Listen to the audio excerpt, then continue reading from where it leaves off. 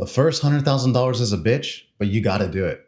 I don't care what you have to do. If it means walking everywhere and not eating anything that wasn't purchased with a coupon, find a way to get your hands on $100,000. After that, you can ease off the gas a little bit. Charlie Munger said those words over 25 years ago, and they still ring true today. He was describing a reality that most people never fully understand until they're deep inside it. The grind to your first $100,000 in capital is unlike any other milestone on the path to building real wealth. Not because the number itself is so large, but because almost every single dollar of it is on you. There's no shortcut. You are the entire engine. You show up, you perform, you save. Repeat that enough times and the number moves. But it moves slowly, and that part is what's genuinely hard to endure. What nobody tells you before you get there is what happens after. And I'm here to tell you that something remarkable happens once you cross $100,000. It starts doing work you didn't have to show up for. The grind doesn't disappear, but it changes in nature. You're no longer the only engine in the room, and that difference is worth every slow month, every door knock, and every deal you close. Here's what it specifically takes to get there faster on commission income and why the grind is worth every bit of it. The first $100,000 in capital isn't just about the number, it's about what the number represents. Getting to $100,000 requires something that personal finance content almost never says plainly because it isn't comfortable to say. You have to choose the milestone over the lifestyle for a defined stretch of time. Not forever, but for a defined stretch. But you've got to commit. And that choice is harder for commission earners than it is for almost anyone else because the income doesn't arrive in a steady stream. You're not watching a fixed amount come out of your W-2 paycheck every 2 weeks and slowly accumulate. You're knocking doors in July heat. You're scaling steep slopes and climbing in attics. You're chasing adjusters. You're closing 3 deals in a week and then going 2 weeks with nothing signed. The ones who get to $100,000 in invested capital are the ones who refuse to let the grinding nature of this milestone become an excuse to stop. What that looks like in practice is keeping your lifestyle anchored while your contribution rate grows with every income increase. Every dollar that would have gone to lifestyle instead goes to closing the gap between where the account balance is and where it really starts working in your favor. Now, that's not deprivation. It's prioritization for a specific period aimed at a specific target. The sales rep who lives on 70% of his income and invests the rest gets to $100,000 light years ahead of the guy who earns just as much or more and doesn't limit their spending. The income is almost secondary. The discipline applied to the gap between what comes in and what gets deployed is what determines the timeline. Nobody starts with $100,000. Nobody sits down on day one and moves 100 grand into a brokerage account. The journey to that number almost always starts with something embarrassingly small. Maybe it was $50 from a commission check you almost spent on something you don't remember now.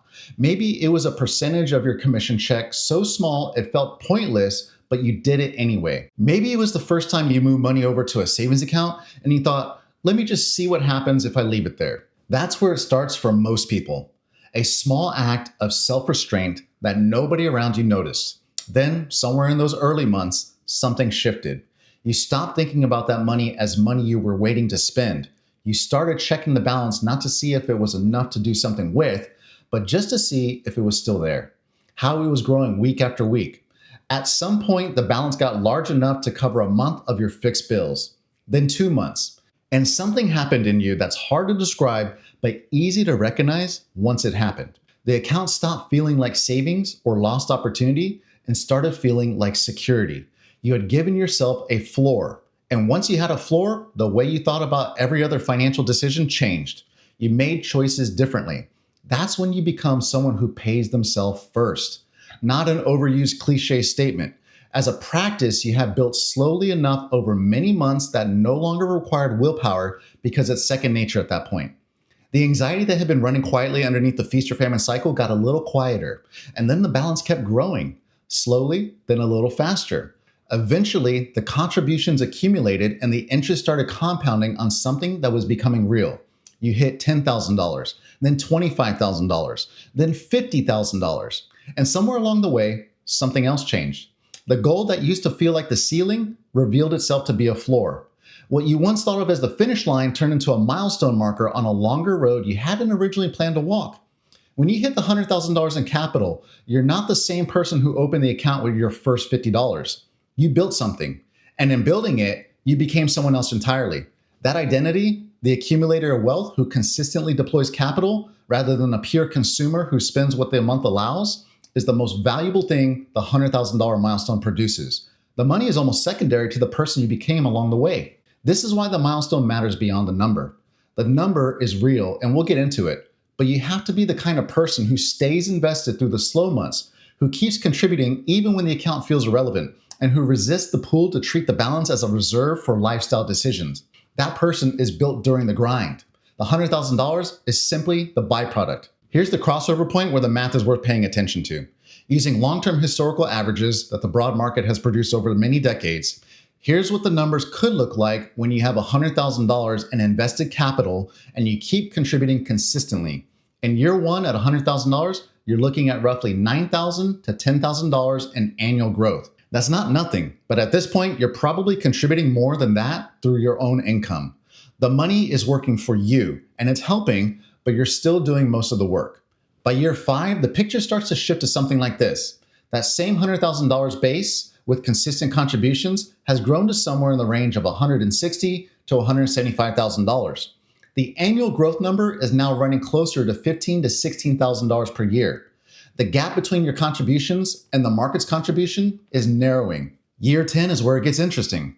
The invested base has roughly doubled. Annual returns are now running $20,000 to $25,000, depending on your contribution rate and income.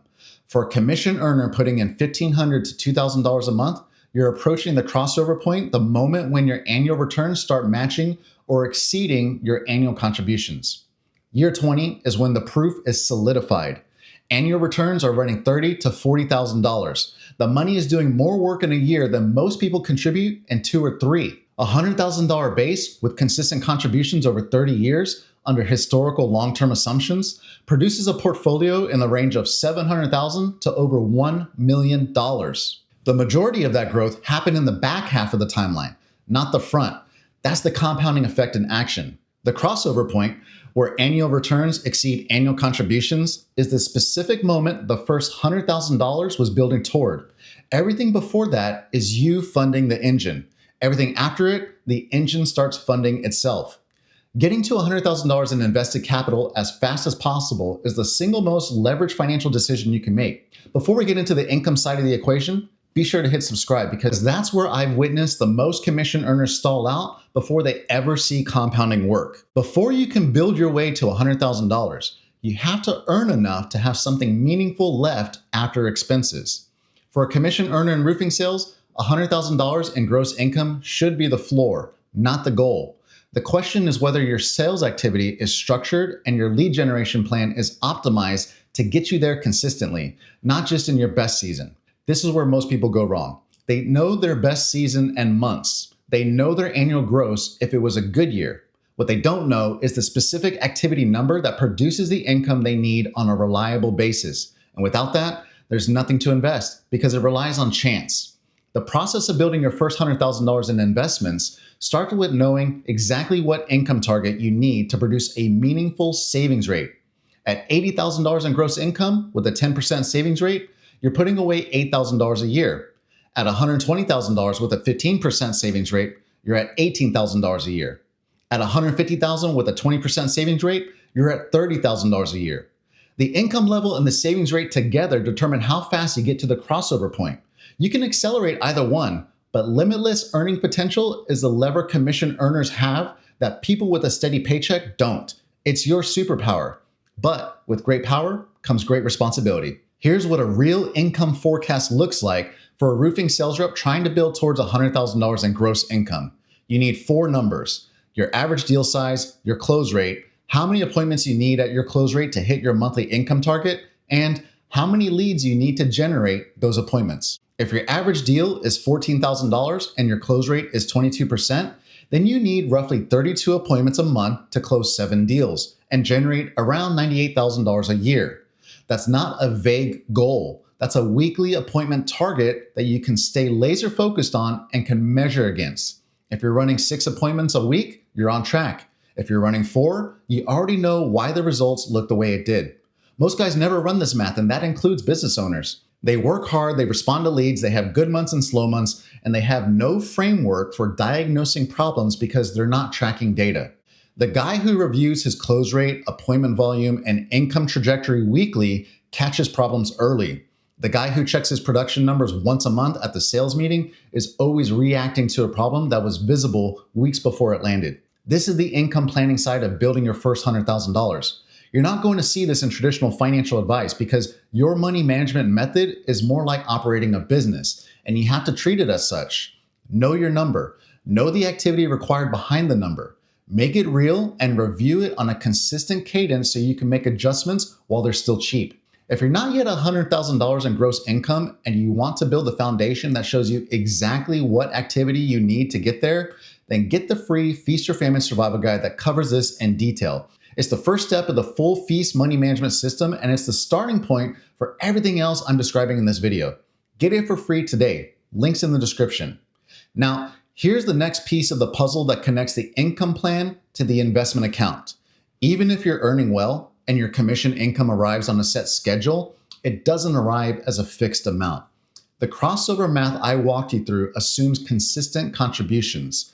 It assumes you're putting money in regularly across good months and slow months without interruption. Here's a reason why most commission earners almost never do this. When income arrives in lumps, the psychological pull towards spending in feast months is enormous. It feels good to be doing good. And in slow months, whatever was saved gets drawn down rather than replenished. The result is inconsistent contributions, and the crossover point gets pushed further out every time you skip a month. There's also the all too common tax problem. A 1099 commission earner who doesn't set aside 25 to 30% of every check is building a liability, not an invested balance.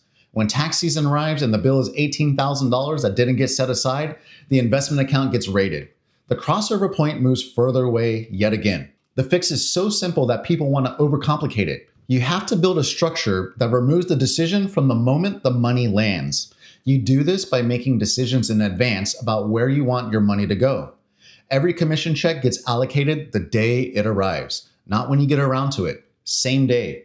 The money splits into purpose-driven destinations to handle fixed bills, variable spending, a tax reserve, an emergency buffer, and a fixed investment contribution that runs regardless of what the check looks like.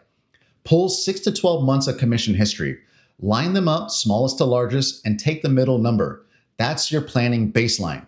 Commit to a contribution percentage off that number, and when a feast month lands significantly above median, the excess goes to bigger contributions or debt paydown before your lifestyle claims it. Here's what that structure made possible for me.